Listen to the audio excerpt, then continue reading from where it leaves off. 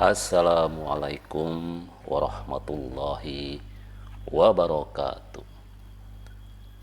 Alhamdulillah wa syukurillah, la haula wa la quwata illa billah. Saudara-saudaraku, alhamdulillah ya. 2 hari ini di Yogyakarta sudah diguyur hujan ya. Bahkan untuk dini hari tadi sekitar jam 3, jam setengah 3 ya, hujan cukup deras ya. Dan tentu sebagai orang Islam, turunnya hujan itu adalah satu tanda rahmat dari Allah Subhanahu wa taala ya. Karena dari hujan inilah kemudian akan ditumbuhkan ya tanaman-tanaman, dan tanaman-tanaman akan menyebabkan juga hewan-hewan menjadi lebih tumbuh berkembang gitu ya. Saudara-saudaraku, di pagi hari ini yang ingin kita sampaikan yaitu berkenaan dengan hujan ya. Jadi ada beberapa hal ya, sunnah-sunnah Nabi Muhammad SAW yang mungkin kita lupakan ya. Kalaupun mungkin pernah ingat atau bahkan mungkin memang belum kita mengerti itu ya, karena Islam sedemikian lengkap ya. Bahkan ketika turun hujan, ketika musim hujan, banyak sunnah-sunnah yang disyariatkan, yang dicontohkan oleh Rasulullah berkenaan dengan hujan. Dan hari ini kita akan mencoba mengupas hal ini. Dan tulisan ini saya ambil dari Telisi ya, satu portal berita yang diterbitkan di mana nih ya, di Solo apa di mana gitu ya, dan ditulis oleh Haidir Muhari ya, dari Telisi Indonesia ya. Di dalam surat Asyura ya, ayat 28 disebutkan bahwa dan dialah yang menurunkan hujan sesudah mereka berputus asa dan menyebarkan rahmatnya, dan dialah yang maha pelindung lagi maha terpuji. Nah, ini satu surat yang menyebutkan bagaimana hujan yang turun ke bumi ini dalam Islam disebutnya sebagai rahmat gitu ya. Hujan tidak hanya dibutuhkan oleh manusia ya, tetapi seluruh makhluk ya.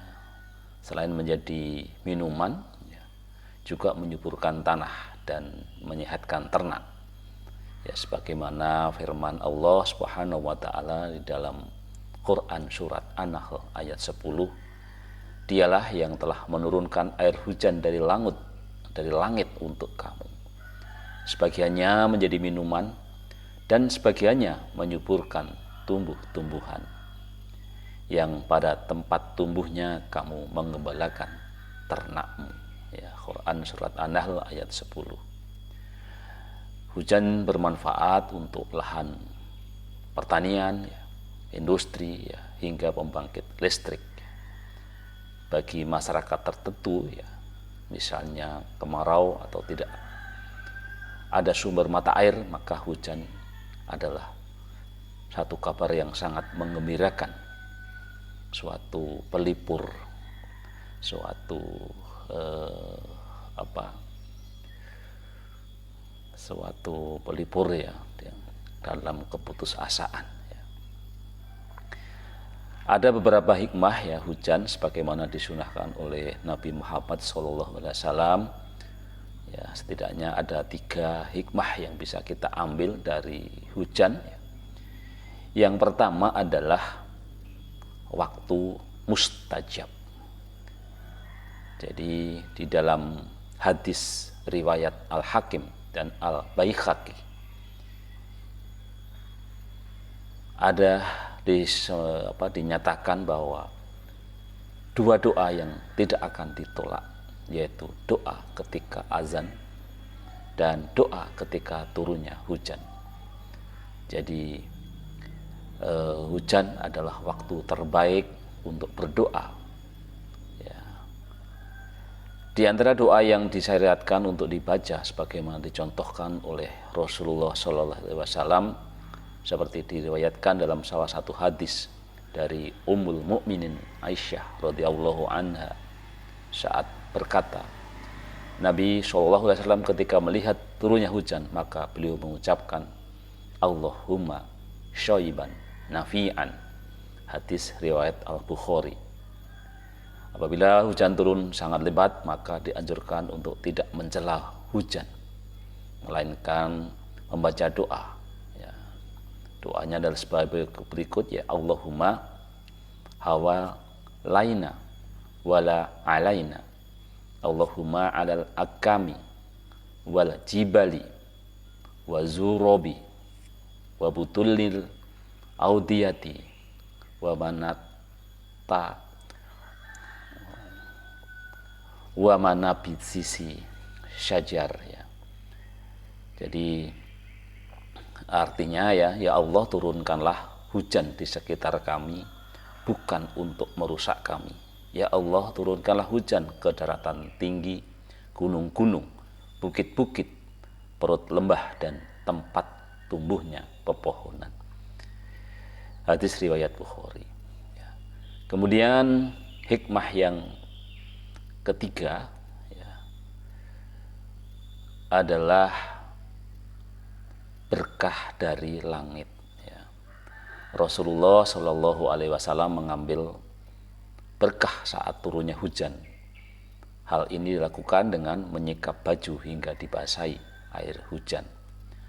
Nah, perbuatan tersebut menurut An-Nawawi dilakukan Nabi untuk mengambil berkah dari hujan yang diturunkan oleh Allah Subhanahu wa Ta'ala.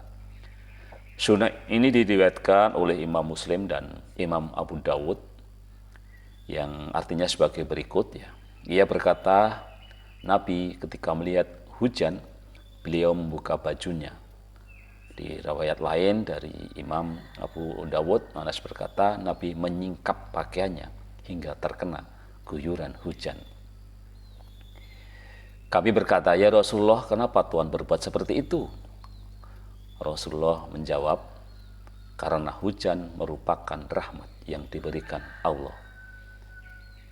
Ini riwayat Imam Abu Bakar ya, Beirut Dar Al-Kutub Al-Ilmiyah 2022 ya, halaman 170 ya. Ini juga diamalkan dalam Asyab Syafi'iyah atau mazhab Syafi'i saat terjadi hujan deras yang membahayakan tubuh. Ini seperti disebutkan oleh Imam Yahya bin Syaraf Al-Nawawi ya. Sesungguhnya disunahkan di atas awal turunnya hujan untuk membuka pakaian selain aurat hingga terkena air hujan. Kemudian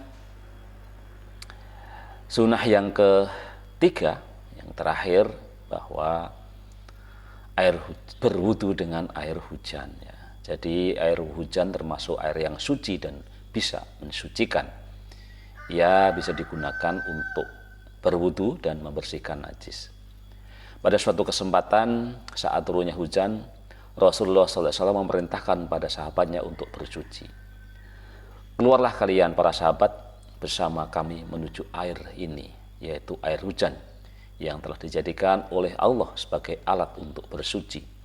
Kemudian kami bersuci dengan air ini dan memuji Allah atas nikmat yang diberi. Hadis riwayat Al-Baihaqi. Ada pendapat ulama yang untuk berwudu dengan air hujan itu sebaiknya langsung jatuh dari langit ya.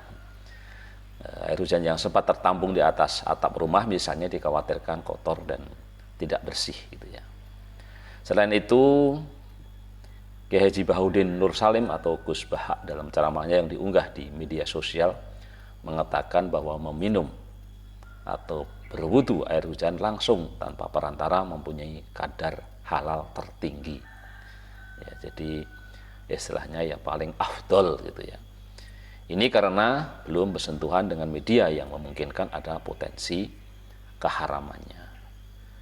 Jadi demikian ya 3 sunnah ya.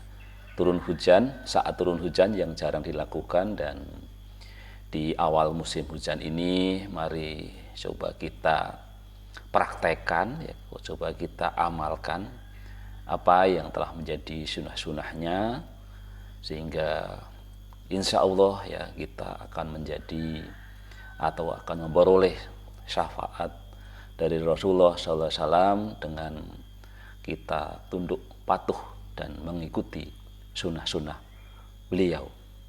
Mari kita amalkan berbagai bentuk cinta dan meneladani Rasulullah SAW ya.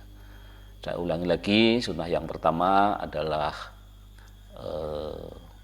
waktu mustajab. Jadi mari kita berdoa saat hujan tiba ya. Kemudian berkah dari langit yang kita disunahkan untuk kita basahi lah baju kita, kecuali yang untuk menutup aurat ya itu ya. Kemudian dan yang ketiga adalah berwudu dengan air hujan. Demikian, mudah-mudahan bermanfaat dan tetap sehat, tetap semangat. Wabillahi taufiq wal hidayah. Wassalamualaikum warahmatullahi wabarakatuh.